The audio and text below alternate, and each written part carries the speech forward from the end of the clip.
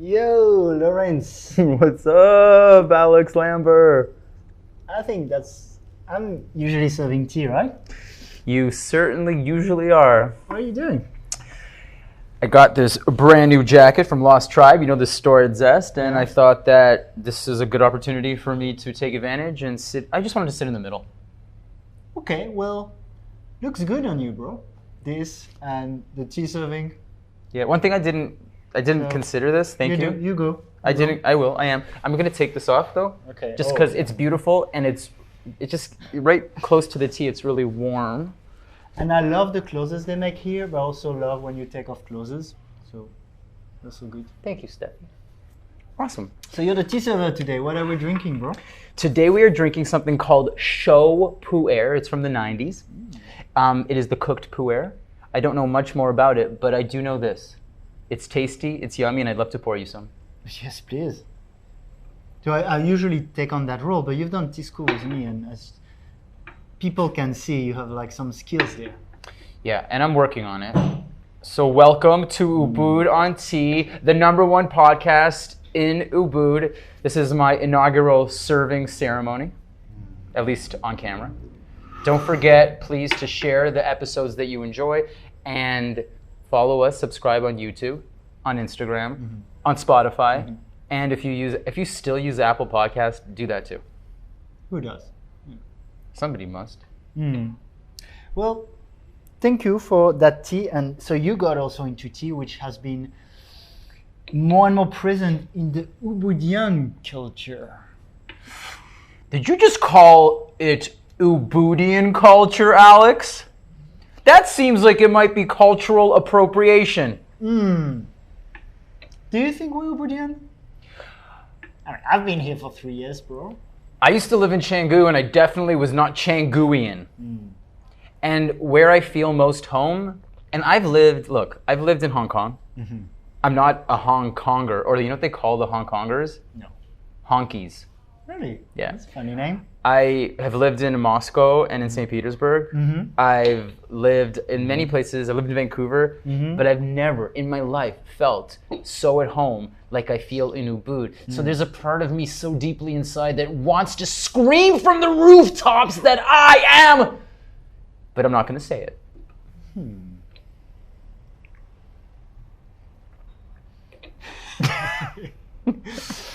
Yeah, I have the same, bro. I feel really at home here, and I know a lot of expats / bullies / immigrants here. Really, the ones who stay a few years really feel like that homey feeling. I don't know if it's like how nice the locals are, if it's the connection to nature, the energy and the spirituality that Bali has. And I'm also like, I want to be an Ubudian, but it's true, when we call this Ubud on Tea, that's actually something we had in mind. We're like, well, we call it Ubud on Tea, and when we say Ubud, we know we mainly mean a community where it's mainly expats, where it's mainly Westerners. And that, of course, Ubud is mainly a Balinese thing. It's the locals, the people who have been growing up here. And so I think, yeah, it was a little bit edgy to call it Ubud on Tea. But on the other hand, we don't want to overthink it. We drink tea in Ubud and we live in Ubud. Wait a second, I have a question. Because I didn't even consider it being edgy. Nobody goes to Kamau told us he didn't want Ubud That's in true. the title. That's because true. He felt it was a bit appropriation, which has a point. Well, look, not to bring up like the meme Instagram page Ubud on, we'll call them LSD. But nobody's ever said to them, like, hey guys, you guys aren't from Ubud. Because they're like obviously a satire page making fun of people, right? Because we sit here and we're like somewhat taking ourselves seriously, or at least trying to have conversations that are like deep and real at times. I have heard people be like, and I take it seriously, and I think that you take it seriously. Yeah. To an extent, we know what we're doing. We're here to highlight the culture of the expats, the people, the weirdos like you and I that have come here and finally found a place on this amazing realm Earth where we feel at home. And at the same time, I think that we are going to speak to that finally by bringing the guest that we have in today. And actually, it's a really good point. There's a lot of things I love about Bali, and one of it is the locals, how welcoming they are, and nice and inspiring. And at the same time, there is definitely a bit of a split. So personally, as I'm feeling I'm settling more here, Yeah. I've started learning Bahasa Indonesia, so the Nice. language of Indonesia, and being more conscious about trying to integrate more with the local culture and learn from them. So that's why I'm excited about today's guest. Me too. Nama saya Lawrence, saya dari Canada. That's my bahasa. Bahasa Indonesia Anda bagus. Great. Thank you. Here we go. That is horrible, and I apologize to everybody who's watching at home. I am going to introduce our first guest. This man is actually partly responsible. He might be fully responsible for the fact that we're here. And he's the perfect person to have this conversation with. There isn't perfect. I feel like I'm you right now speaking like this. That's awesome. Okay, let's introduce the guest and get the attention off of your tea server. Ladies and gentlemen, his first name is Kadek, which means he's the second born. His last name is Gunarta.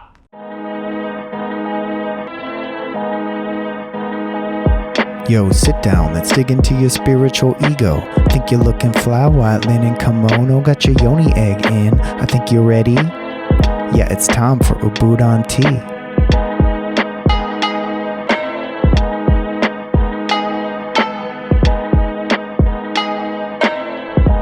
Kadek, please get over here, my man. It's really a pleasure and an honor to have you here. I hope that you enjoy our banter.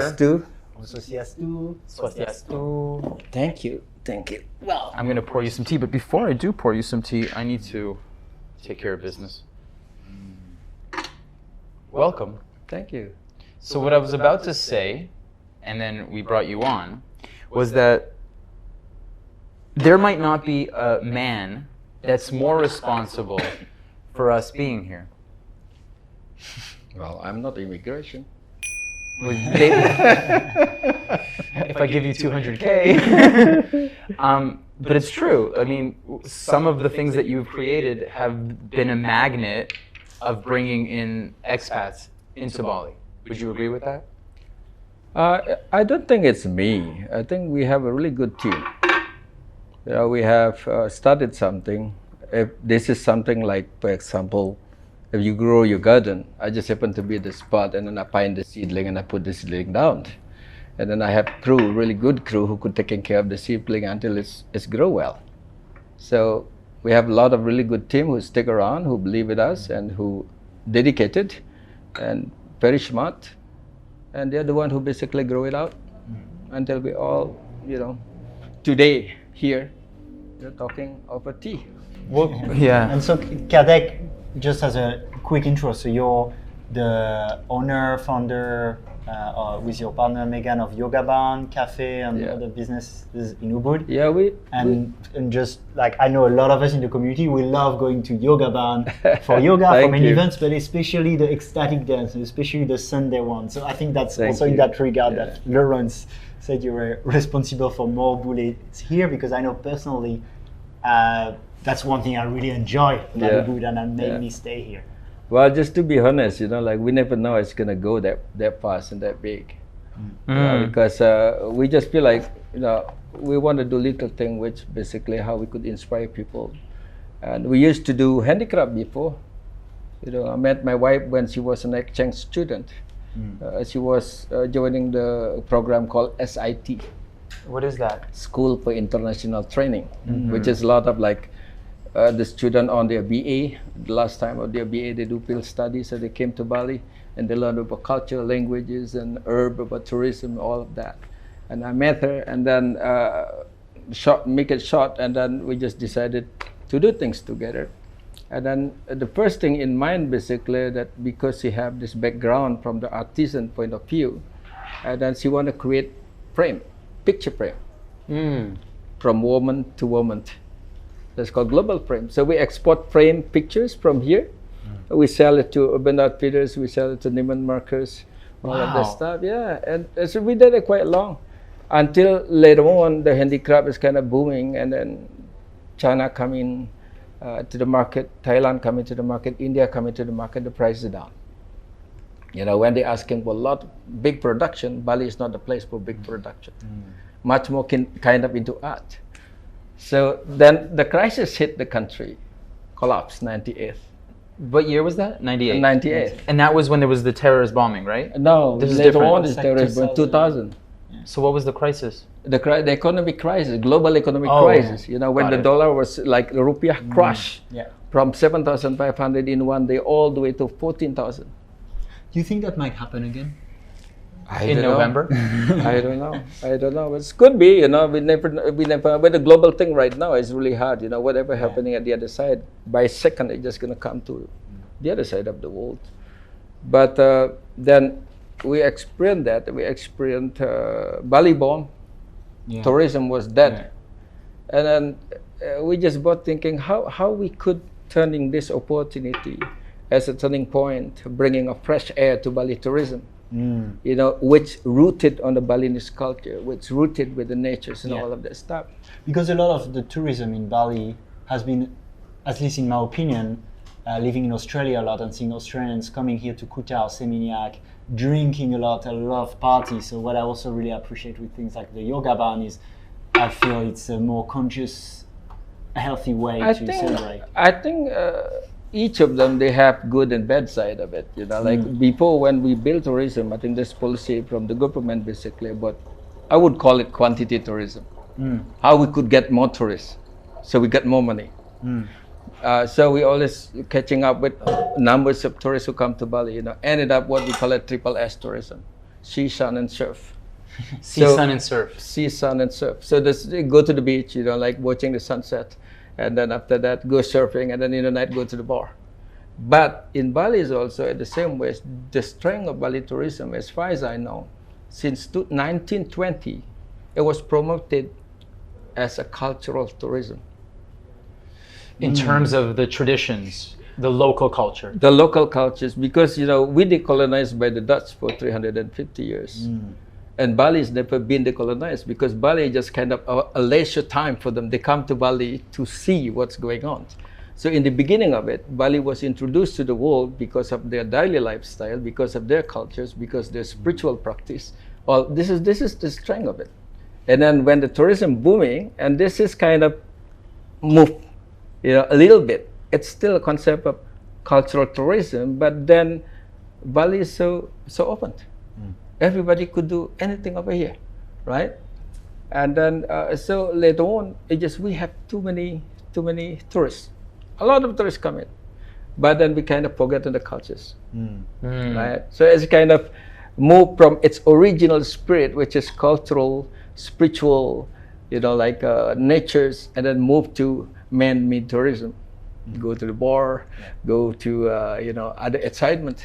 I have so many questions for you. I want to guide you back to Meghan for a second. Yeah. Just because you guys had a business right off the beginning, like the frames that you're talking about, right? Yeah. I'm a fan of relationship in general. is your relationship based on business or on creation? Because like you went from frames, at some point it became Cafe and Yogabarn, which are like two of the biggest flagships of Ubud. Well, we are two crazy creative persons. I would say that. You know, Meghan come from New York. You know, she going to the UN school. So she already so familiar with kind of multi-race relationship from the beginning of her age. And then I'm here. I'm grew up in Bali. Grew up in Ubud. I grew up in Ubud. No shoes, no asphalt road. Only one asphalt road. Ubud Main Road is the only one where I was born. And then the rest of them are just basically dirt road. Hanuman Street back then, where I was growing up, it's just like only a dirt road. And then there's no electricity. But I grew up in such a great, you know, opportunity because my background, my family, especially from my mom's side, they are VIP people in the village.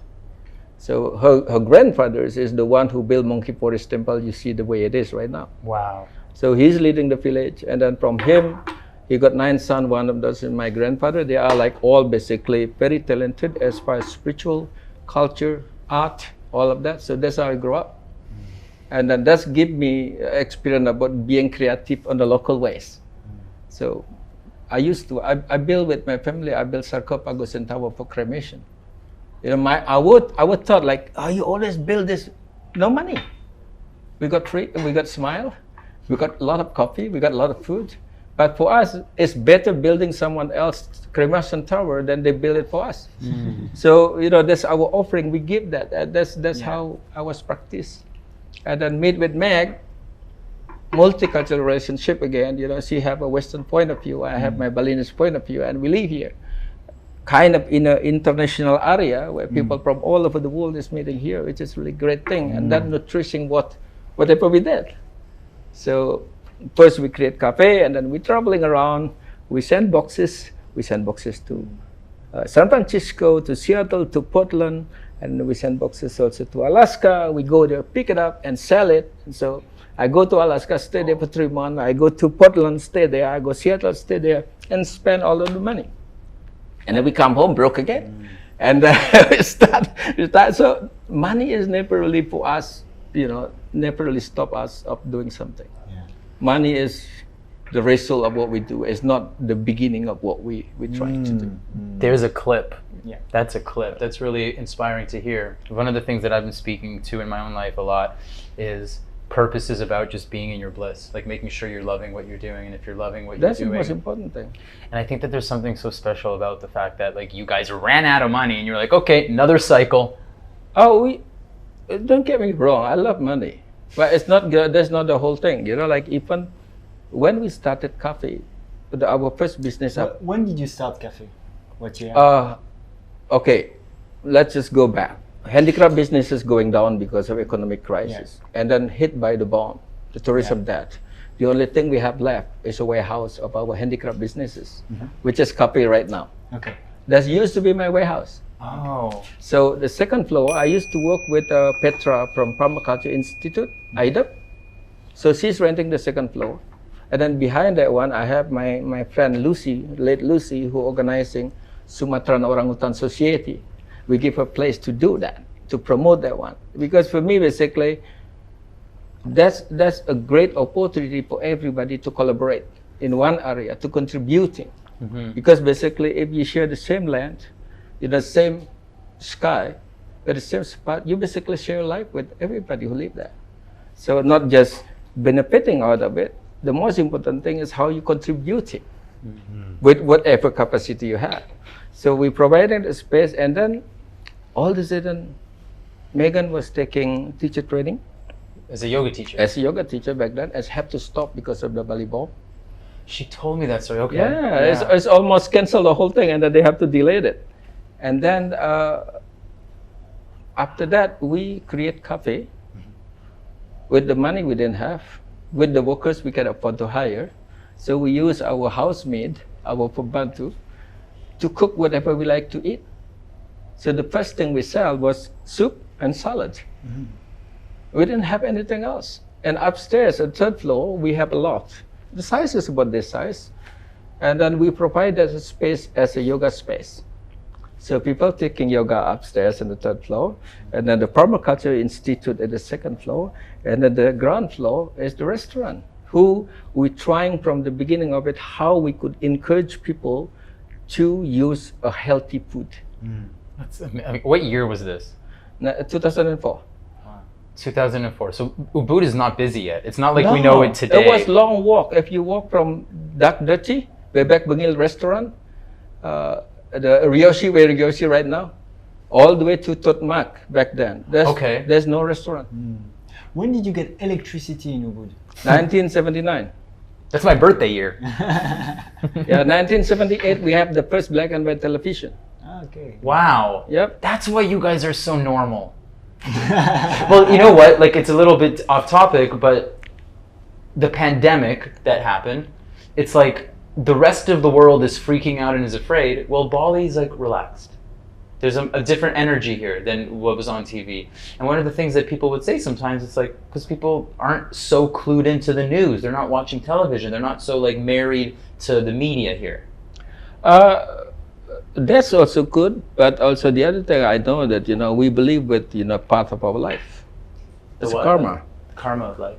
If shit happens, shit happens. Yeah. You can't stop it. You just accept it. Like, what is the point to have a long life if you spend in the bed for the rest of your life? It will be good to have just little thing, but great. So if you have to go because of that you have to go. Your contract is up. You have to go. So, but also the other thing that, the community is so tight. I never see this thing in the other side of the world. Now, I could be wrong, but the places I went to, and I see where we're talking about spirit, community spirit. So during pandemic, on my blog, we gathered together. We use WhatsApp application. We get all of the numbers of our neighborhood. Because back then, when we got COVID, nobody know what to do with it, how we heal people. They always said like, oh, you got COVID, you have to get isolated. They're taken away from the home, or sometimes they have to be isolated in a house. So if one person in that house have COVID, the rest of the family have to stay home. And we here, we're not nomad workers. We work physically to earn money day to day. They cannot go out, they cannot earn money. So then the neighborhood basically just, we get the net, okay, why so-and-so get COVID in their family, they have to isolate it for 1 week, everybody get together. We put rice, we put, instant noodle, we got our favorite. Papayas. Whatever we get, so everybody can. Mango. So that was make a difference. So we're facing things together. We feel like we're not alone. Always somebody next to you who care for you, who will taking care of you. So the security feeling of that is make it a huge difference. When you know that you're scared, that people taking care of you, and you're not alone, you're not afraid of it. Right? In some ways, that kind of build, what you believe in yourself. I would never have that bad experience. That's really wonderful. I wanted to ask you, we had a short conversation before we started shooting, and one of the questions that I asked you and you started and we stopped is the community and the service. And also like this conversation about like, are we Ubudian, the expats or not? But truly, how can we become and integrate to be part of the community? Because the community feels like more than just a social atmosphere. It feels like there's a true connection to the land. There's a true connection to the area. Like even you mentioning SSS, there's no sun or like this. We're in Ubud. There's no beach here. So, and also to add to that, I've heard a lot of time Ubud comes from Obad, which means medicine. So there's already that. I mean, it's been a healing place way before Westerners come and do yoga here or some kind of weird chakra healing. Yeah, it's being community members. That's a term in Bali. Basically, if we look through it, the original idea of being community members basically share things together. Share things together, like a commune. It is a commune. That's how Bali life is. Yeah. A community. So you live together there. You're not just, you share the benefit of living over there, but also you share responsibility, the work you have to do. So it doesn't really matter. You could stay there all of your life, but if you're not involved with it, you would never be Ubudian. It's basically in our Britain, our Gawig, which is the village law, the village adat law, there's a different kind of community members. We have one is Kramo Uwadan, which is the original Balinese people who lived there from their ancestors. So became the original members of it. And the reason why they're there, because in the long term, they decided to concord a piece of property where they share. Not share the property, but share responsibility how to take care of that property in and out. And if you be part of that, and then you give them the right to live there, right to get the benefit out of it, and right to involve, and then also from there, and then you got a recognition. So you're not hunt for your recognition from the beginning. You do your work. You're doing your responsibility, and people recognize you. It's just like going to school. You got diploma in the end of it, what you call for. So the diploma is not just, I've been living here for a long time. I'm Ubudian now. Yeah. As I said earlier, do you speak the language? Tidak. Sedikit. Bahasa Indonesia atau bahasa Balinese? Poquito. Balinese or Indonesian? I think both should be. I mean, if you claim who is the Ubudian? If people would relate Ubudian is people who live in Ubud, who born in Ubud. So automatically you thinking about If you're talking about Australian, you're talking about Aborigine. Yes. If you're going to United States, you're talking about American Indian, right? So when you're talking about Ubud, Ubudian is the original Balinese Ubud people who live here for generations. They speak the Ubud language. They do the Ubud custom.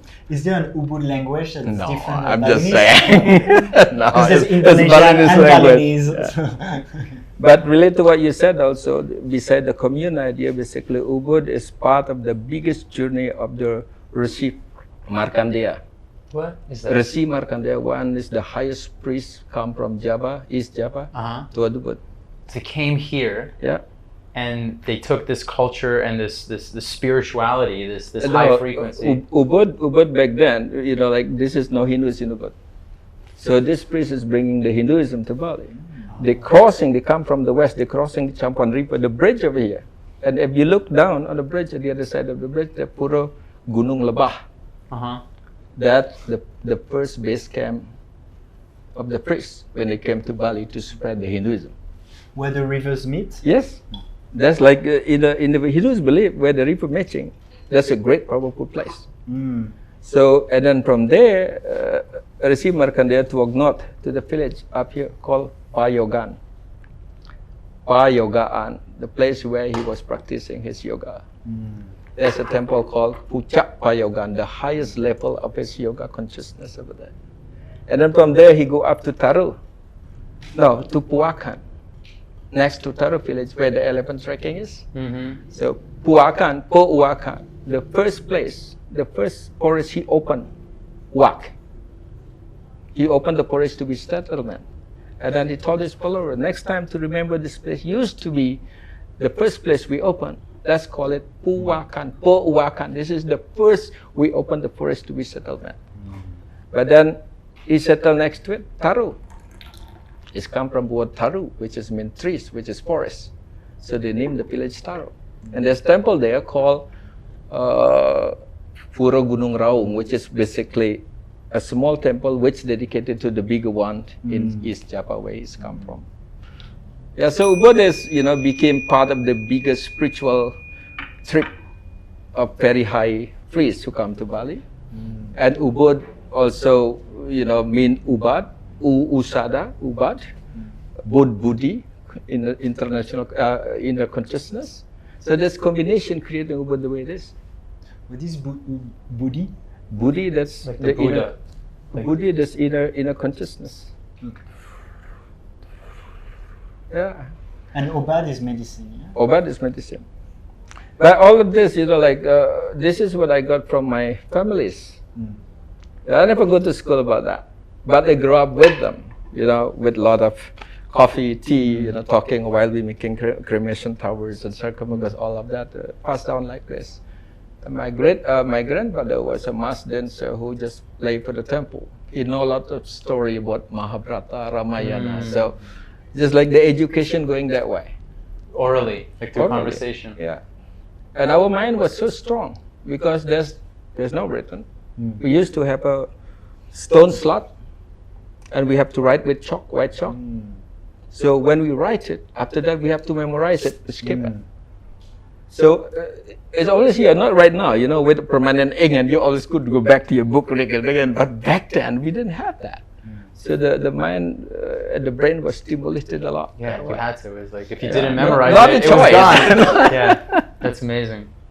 I have a curiosity because you talked a lot about like community. I'm very inspired how the Balinese live in community and with the banter system and how they support each other. Yeah. And I'd like to go a little bit deeper on Lauren's question. I'm really interested. Well, first, there's a little thing around gifting that I find is so beautiful. You talked about having responsibility when you're community. Yeah. And I'm curious, do you feel that Westerners sometimes have a bit of a, let's say, entitlement mentality where they feel they need to receive and be part of something without thinking, what do I give first? And that ties to a beautiful tradition in the Balinese culture that I think really helps you being happy and being in that community, which is the offering. So in Bali, people do a lot of offering. Yeah. And I feel we've lost that a bit. So Do you think, in the Western culture, we forgot a little bit the art of giving first and taking responsibility? No, I think from what I understand, it's completely different, culture. From here, basically, we put ourselves away on the last list. As you're not recognized by what's your name, you're recognized by what you do. So in the West, from the beginning, you were taught what you want to be. What you want to be, like kind of much more personal. What's your goal? Right now over here, the thing is basically you just do things first. Recognition would come later. So basically, you're giving yourself away from the beginning of it, and then as you're offering, and then from that offering, and then you got a recognition. But here in Bali, basically, there's a really great institution, organization, and also a great concept. You probably know this. You probably heard this over and over. Trihita Karana. So, if we want to talk about its academic side, a formal one, so you have to harmonize with the God, you have to be harmonized with the human, we have to be harmonized with the nature. But I think we should turn this around into a global concept. Life only could be harmonized if you could equally treat the three pillar aspect of life: spirituality, humanity, and environment consciousness. So that's basically what it is, Spirituality, you could be whatever you want to do. You could be Buddhist, you could be Muslim. That's your own right. Nobody could tell you that you have to be Buddha or to be Hindu. But the second one, the humanity, that you really do live in a commune, live in a community. You have to take care of each other. When you're taking care of each other, again, those feeling basically, you would never feel like you live alone. So that gives you a lot of and good foundation to keep walking with the others, because by doing that, then the result is basically people will recognize you, people would know you, people would support what you do. And then the last one, the environmental consciousness, basically how you care about both spiritual and physical world. And we do have the three organizations in Bali which specifically will be dedicated to each of that. If you go to the nature, for example, there's an organization called Suba, the farmers organization, basically taking care of all of the open land, taking care of the nature. The second one, you have the Banja, dedicated to human relationship from birth to death. I thought Subak was the irrigation system. The irrigation system, not just that, but also they would be taking care of the spiritual aspect of it and how it's related to the community. And then the last one is Desa Adat, who's taking care of, your spiritual thing. So if then we call ourselves Ubudian, you have to import with that, right? So what do you do toward the spirituality? What do you do toward the humanity? What you want to do environment in the frame of Bali, Ubud organization? So live in a village, became the village. You would never become the Ubudian. You always consider as a guest, first because your colors is different, but it's not racist thing. But then in our village law also is written there, the original members, and then you have guest members. Guests could be permanent guests, could be temporary guests. So the expat will be the long-term guest. So then for that to be guest over there, you have responsibility. So you register yourself. If you really want to inform, you go to the Banja. I'm living here. I live with the family so and so. I want to be a guest members of the community. Instead of just you are the tourist who's staying here, right? If you want to go a little bit deeper, go with the community, then you report to your landlord, whoever, the owner of your villa, the owner of accommodation, you want to live here, and just go a little bit deeper with it. Involve with the local activities. Like go to the Banja, go to the ceremonies. Go to the Banja when you have. It's not really have to go there because there's a limitation you could do as well as a guest. So at least you recognize. Yeah, but show your respect, honor it, acknowledge it. No, also not just respect, but I think, be part of the whole situation. If you decide that you are the community members, as what we believe in Bali, that to be a community member, you're not sharing the happiness only, but you're also sharing the sadness. That's why the Banja are called Organization for Happy and Sadness. Sukha Dukha.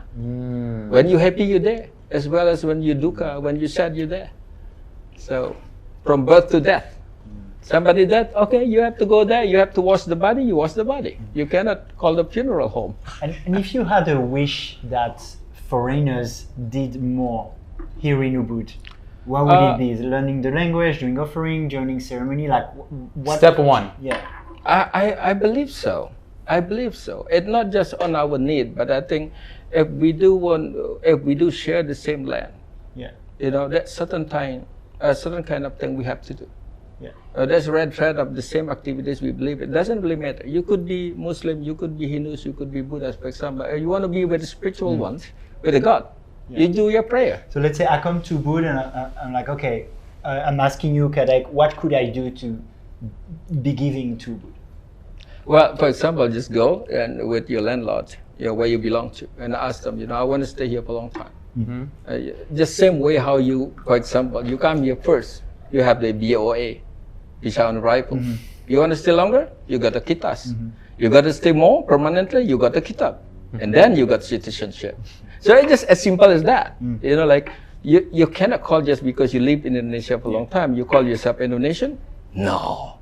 But I'm not speaking, what do you feel like Bules could do to learn more, connect more with the culture and the nature here? I think the simple one is to know about the culture itself. Okay. So, how to do things in the right way. Like learn Bahasa. Learn the Bahasa, because that's the key of it. I often said to my friend, they said God, Dad, your English is really good. If you want a good English language, find a Western girl, then you would have good language. You did that well. A long time ago. Long time ago. So, for example, if you speak the language, and then simply, you're not eating at the restaurant all the time. Every one time you go to local warung, support the local community. Yeah. That was happening a lot during COVID. There's no restaurant open. People only live on neighborhood. The neighbor go buy things from the neighbor. And then just, sometimes even you cannot really offer anything naturally, but when there's something happening in the village, just show up, show your face. Be part of that. What could I do? It's not always money. So, especially when we have a social work here, like ceremony, temple ceremony, cremation, money is the last one. We need hundreds of people there to carry the tower, to build the tower, to make the food and all of that. Sharing the coffee and the cigarette and laugh together. The joy is there. It's so when you get to know people, there's no difference anymore between who you are. You embrace yourself. You can't kind of just give yourself away. And then when you give yourself away, people would accept that one without a question. So if you're willing to do that, and people see that this person is so open, we should be open to. So when both sides could be open, there's no border. So it's going to be much easier, to talk about that. I always, every year I have at least about 300 volunteers to Bali Spirit Festival. Some of them, even until now, they still come, being part of that. Because we want to not just to be volunteers, but also they're more than just volunteers. We're trying to engage them with the concept, like what we're just talking about. So we have a lot of people come and repeating people come, the same face, almost more than 50% always the same person come to them. For the volunteers you're talking about. Yeah. How much time do we have? Because I'm just getting sucked into this conversation. That's amazing. I mean, now we're at 35 minutes, so we can keep going a little bit. Yeah. I wanted to ask you about. Well, first of all, I was going to talk to you about the pandemic and how that whole experience was for you, for the business, personally. But one of the things before I get to it, what I want to ask is, because you mentioned initially about the first economic crisis that happened in '98, and then the bombing that happened a few years later. What I started to feel is that this is something that you guys have went through before. Like the way that you explained, Meghan had a teacher training, and then boom, the teacher training's done. You've experienced life stopping. So did you feel with the pandemic that you were, ready for it? Like, or you had experience in that kind of realm? Nobody ready for that. We thought it's just going to be about 3 months. Yeah. And now it's just like already 2.5 Flatten the years. curve. Flatten the curve. 2 weeks. So we do live in the island, which is internationally known as a tourist destination. Sometimes it's really a big challenge, because for example, Gianyar district, for example, 62% of their income is depend on tourism. 62%. So when there's no tourism, there's no money, not just on the government level, as well also on the citizen level. So we experienced the crisis, economy 98. We pass Balibon, and then we have tsunami in Aceh. As a big tsunami that affecting also globally. Also we have after that Mon Agong eruption. Yeah. That was like 4, 5 That was years about a ago? couple of years ago. Yeah, 4, 5 years. And then we have the pandemic. Pandemic is the biggest one. The rest of them are just like, okay, we get through it. What is really interesting that went through that crisis, like on some way we cannot just focus on our share. We just lose the money. From earning 100% income, all of a sudden you drop down to 10%. Your expenses is still about 65%. I got myself about 300 family I supported with all of my businesses. I have no income. So the first emergency funding we keep aside, gone in the first 4 months, already gone. And we both know that our workers basically our biggest investment. We do train with them, they've been with them. They're still the original workers since I opened my first cafe in 2004. My builders, I have the grandfather working for me in 1987. Wow. Now the grandchild is working for me. So 3 generations. Wow. So it's not anymore to us, it's not anymore about employee and employer. It's about the big family, how we could support this. And this is just a big wake-up call, because Yogabarn is growing so fast. So we always catch up, dealing with about the first time maybe about a couple of 50s, 60 people. And then in the end, we have to deal with about 500 people a day. So we have to build. Every penny we have is go there. So we just maintain the cash flow. But when there's no cash in, so all of a sudden, like, you basically just done. So, and then I'm not the boss of my business. My accounting is the boss of my businesses. Like I ask them, like, what do you allow me to do?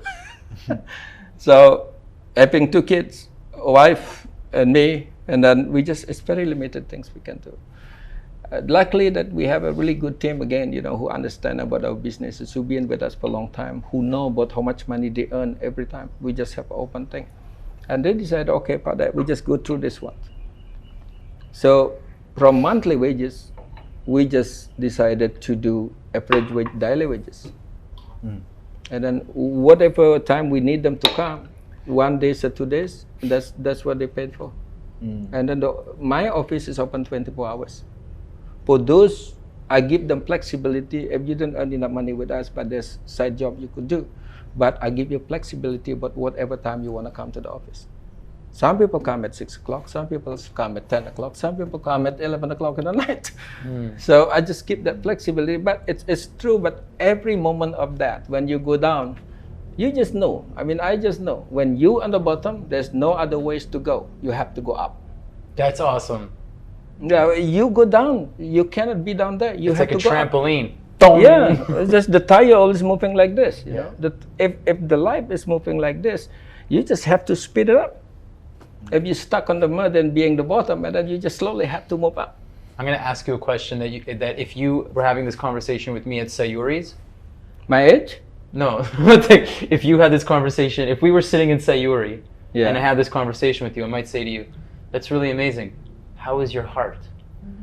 During this time, what was it like to you tell such a beautiful story of ambition and of I won't stop, I'm going to keep going.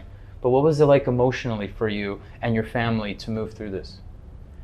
I think we given a privileged situation if we look at it. Having a big responsibility when you know that, that many people on your hand. And on some way, for me, it's such a honor for both of us that we be able to do something for others. So my heart, I had heart issues. I got heart problem since 2005. Wow. But I didn't take medication. You look good. Yeah. You didn't take? No, not anymore. Okay. I used to have insomnia, I can't sleep, and all of that. I went from local hospital, specialist heart hospital in Jakarta. I went to Singapore, Mount Elizabeth. I went to Mount Sinai's. Not Mount Sinai. I went to Isor Hospital. I went to Bumanggerat. I went to Samitipe Hospital. So in the end of it, like, God, you're sick in your head.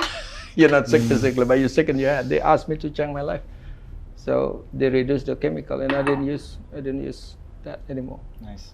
And then I just give myself back, like, that's so long, that's so much you want to do, but there's such a limited time you have.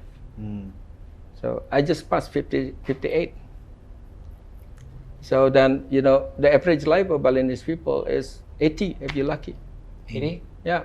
It's a pretty good life, actually, right? For I used to live in Russia, 55. My dad passed when he was 81. That's okay. My great grandfather was a record. He passed when I was 12, and he was 115. See, that's amazing. Yeah. 100 and what? 15? 15. Wow. 115. Yeah. So we're going down. But for me right now, basically, whatever you could do, just do it. The gods would never give you the challenge you cannot bear. That's 115. That's a lot. And actually, Lawrence and I went some rabbit holes where looking at food and health. I think we could probably live way longer than people. We're looking think. at 200 and 300, something like that. Yeah, we'll see. But tying up to the health and also to the environment, I'm so grateful for Bali in general. There's so many things I love. Yeah. There's a few things that sadden me a little bit, and two of the things. One is health related. So that's interesting. You talked about the chemical, and the other one is environmental. So on the health, so you talked about how we gather together around coffee and a cigarette, for example. Yeah. Then and around rice, and rice, a lot of it is going to be genetically modified and sprayed with pesticide. We see that, and when I see that, it saddens me a lot. Even though rice has become so much part of the culture. So there's a part of me that's I want to be part of it. And I don't want to be part of it around coffee, cigarette, and pesticided rice. So I'm interested, what's your view on, and I'll go on the environment after, but on the health, what's your view on combining wanting to be part of the community and at the same time, for myself, I have this body that I want to honor. So I want to have time with the community, but I don't want it to be around cigarette, coffee, or rice, for example. Well, in Bali, there's a concept called microcosmos and macrocosmos. Both of them have the same element, the 5 element. Microcosmos is here. Microcosmos is the universe. Whatever in here is a reflection, a little part of what's out there. And that's what we believe in Bali. So in Bali, if we have temples around Bali, at least we have 8 temples. Here inside yourself also you have temples. The heart is temple for Shiva. The liver is temple for Brahma. And the kidney is temple for Mahadeva. So this is related to the temple in the west side, temple in the east side. So basically, if you want to be healthy, you could start with yourself, and then how you could vibrate yourself and have this vibration go along the way with other people. If you find something, how you could live in the community which spray the chemical. I just did my small project. So from the beginning of my business, cafe, I did search for the first 3 months. Simple thing I did. I count how many straw plastic I use. I got 6 big bag of it, about 300 a day. I decided not to use plastic. So Terima kasih. Matur suksma. And then it just give me the reflection also about that people who come to Bali, especially now, they're looking for healing. Healing also means good food. Good food means healthy food. So in the beginning of our business, we're trying to engage in the concept of how we could provide and be accountable for the service and material we have. So when we build coffee, we buy it from the organic sources. Very limited. It's not yet a big movement like that, no food back then. And so slowly and heading out, and then I started a project in Padang Tegal about 10 years ago, the Rumah Compost. At Monkey Forest parking lots, it became the good waste management, basically, for the village now, as an example. And then we encouraging people in the community to divide their garbages. So we give them 3 boxes, 1 for plastic, one for organic and one for what you call a composter, so people could learn about it. And then this is paid by the monkeys at Monkey Forest. That's part of it. So I have to negotiate in front of 760 families to spend 1.5 billion rupiah to build that facilities. So we engaging the village law to be applied to hold people to be in the same movement. But then in small local businesses, we encouraging people how you could manifest this one in your smaller thing. So in our business, basically, I just started my farm about 7 years ago. So in the morning, the garbage already divided. I bring my organic garbage to the place in Payangan. It's called the Yogi's Garden. You could look at IG.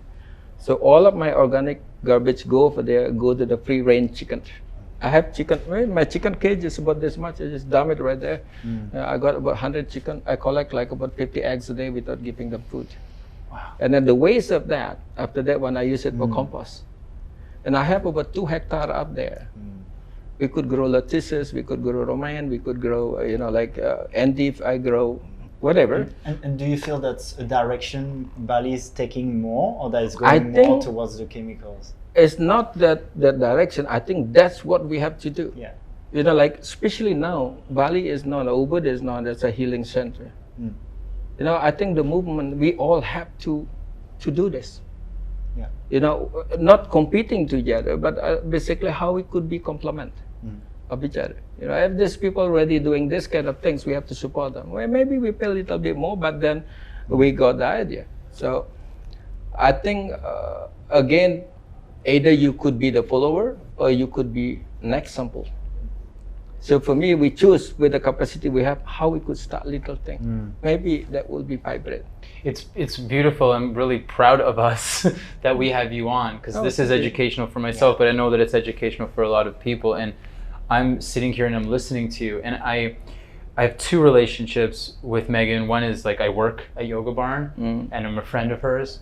But also my girlfriend. Charlie, say hello, by the way. Thank you. I saw him today and yesterday. I love it. But also Jasmine, my lady, she owns Radiantly Alive. And the relationship that I've seen that Meghan has always, 100%, is she's always concerned about how is this project going to affect Ubud.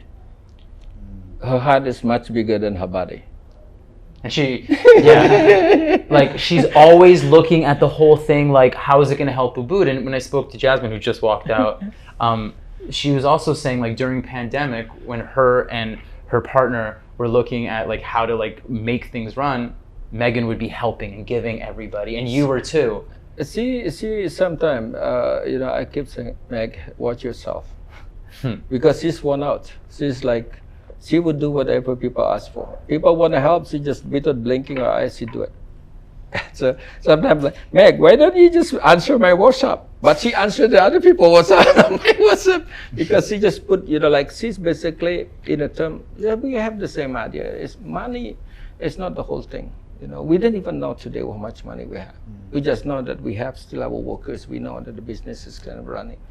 But then when it's come to that kind of thing, she just really there.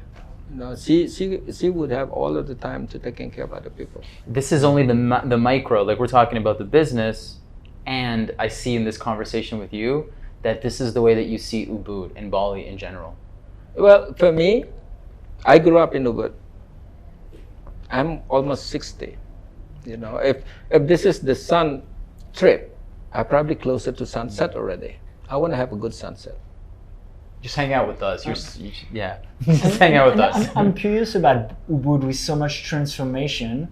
Do you feel going from those little roads to now we go around and there's traffic jams and tourists everywhere, and in a way it's great, but in a way it's it's a bit congested. And how do the locals in general feel about that transformation? So Boules come, there was we spend money and there's development, so there's nice things, but also I guess some people might think, oh wow, they've totally transformed the city and now there's concrete everywhere and there's traffic jams. Yeah. How do locals feel? Well, tourism is not really everything, right? It's just like sword with 2 sharp blades. So I'd say both tourists short term and also people like us who yeah. live here. Well, the way on some ways I do feel sometimes I longing for Ubud as well.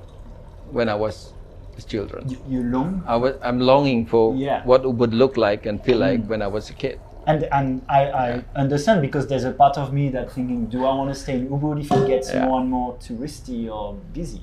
Well, luckily for us, we have no choice like that. Do you want to get out of Ubud? No.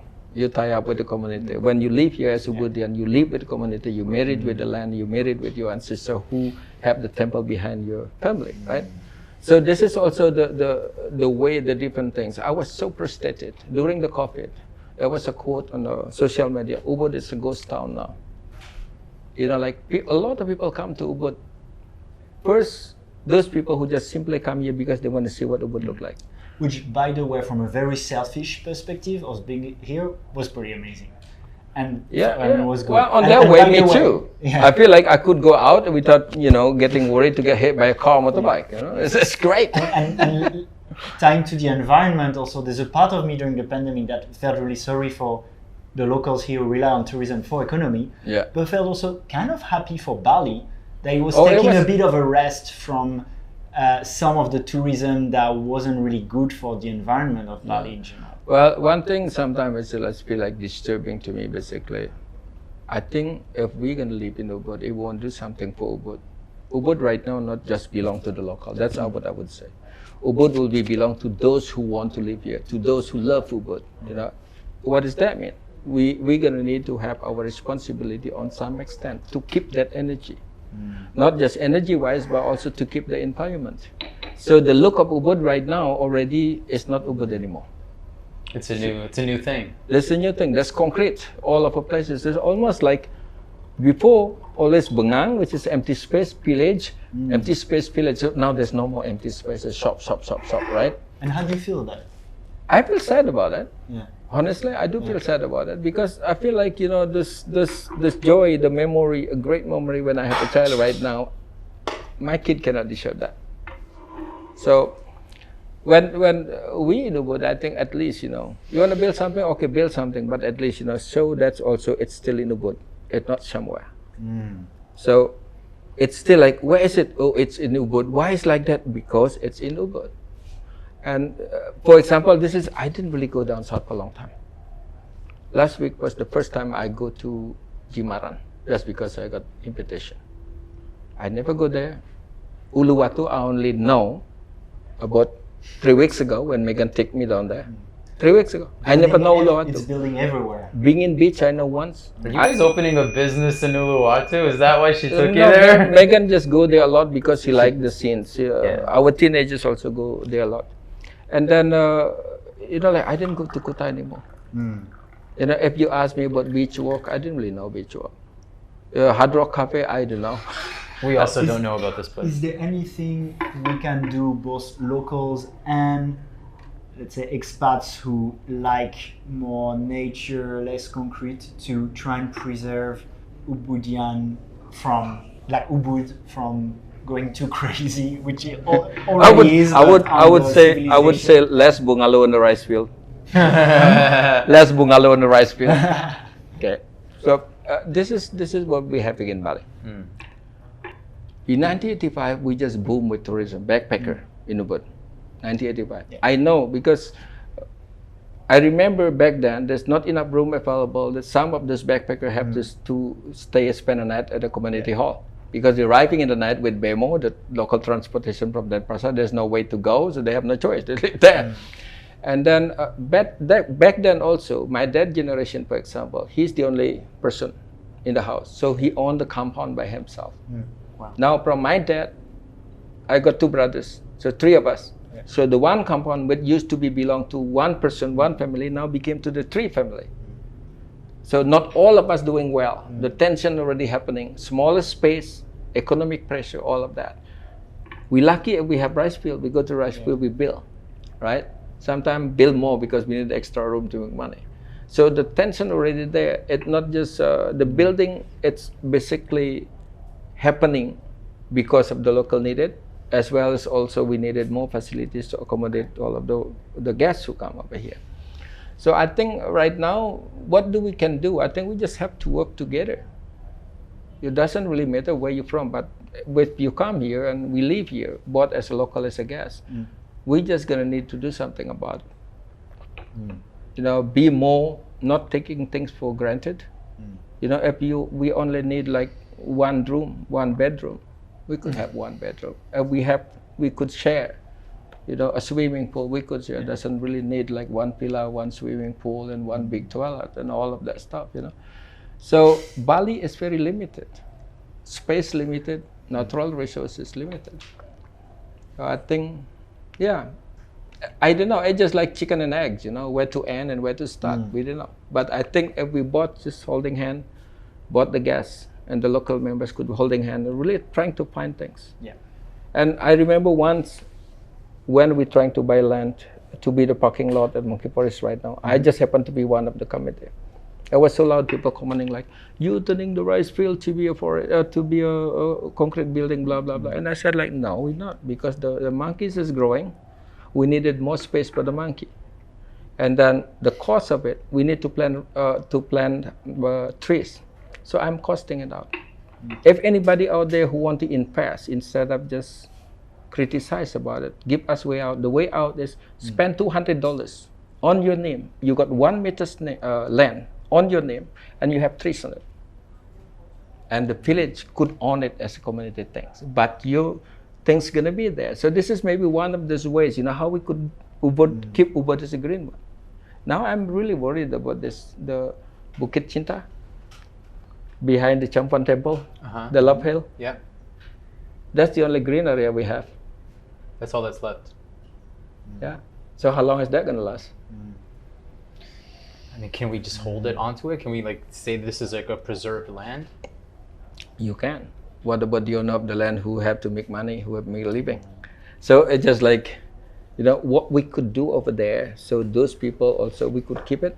Yeah. And then we could have like maybe international forest, for example. Those people have no access. Buy it, funding it. Yeah, it's like so interesting. There's so many things I want Oh, to it's and I know we're running a bit out of time. That's So okay. I'll give you an opportunity, Lawrence, to close. I just wanna first acknowledge you and thank you so much for sharing that. I feel I'm learning so much and really love the connection. One thing I wanted to add also, we were at Bali Spirit Festival at the Yogabarn, and there was a tea from Dragon Tea Temple. Yeah. So I don't know what's the plan, but I'm really wishing that there'll be a Dragon Tea Temple, a tea house soon. Well, Meghan will be here soon. Meghan will be here soon, so you could talk to her. Okay. I'm just building the site. But I want to say thank you so much for this. It's really great. And thank you. And such a privilege to be able to. And that's amazing. And another thing, during the pandemic, even though it was hard, Yogabarn stayed open, and while a lot of the world was in fear, we could stay doing activities. We are the first one, and that was very beautiful. So we are the first one who did vaccine for 225 of my workers. Okay. Because I know some people disagree with it, but I know that the condition. You took care of the people and you made them feel safe. Yeah, that's what you're speaking to. Because I know if we need to be open, there will be condition from the government. Right. Yeah. Besides, also we could protect some people. Yeah. You know, away from other people just believe it. That's, you know. Yeah. I'm trying to accommodate that. But thank you. I really appreciate that, and I want you to know also, as we finish and I close and I say thank you to you guys for paying attention and being here with us, is that this is a humbling experience for myself, and I'm sure for Alex too, because we have these episodes where we do everything we can to make them interesting and funny, and a lot of times it opens up all kinds of cans of worms for us to have to answer. But this is a beautiful space, and I want to also thank you for you just being you, because I always see you at the Yogabarn building away, and you always have time for me. So thank you. Yeah, thank you. Thank you. Thank you. Yeah. So I'm gonna close the episode. Yes, Before I close the episode. Before you close the episode, I want to say that you've been serving tea so well. One thing I would say, if you didn't mind, the next Bali Spirit Festival, May 4th to 7th. Okay, May 4th to 7th. We are promoting that. Watch for the date. Yeah, that's 2023. What you need to do right now, as tradition of the show, is you need to slurp this as loud as you can. I'll show you how. I'll do it. I'll do a little demo. I've done better before.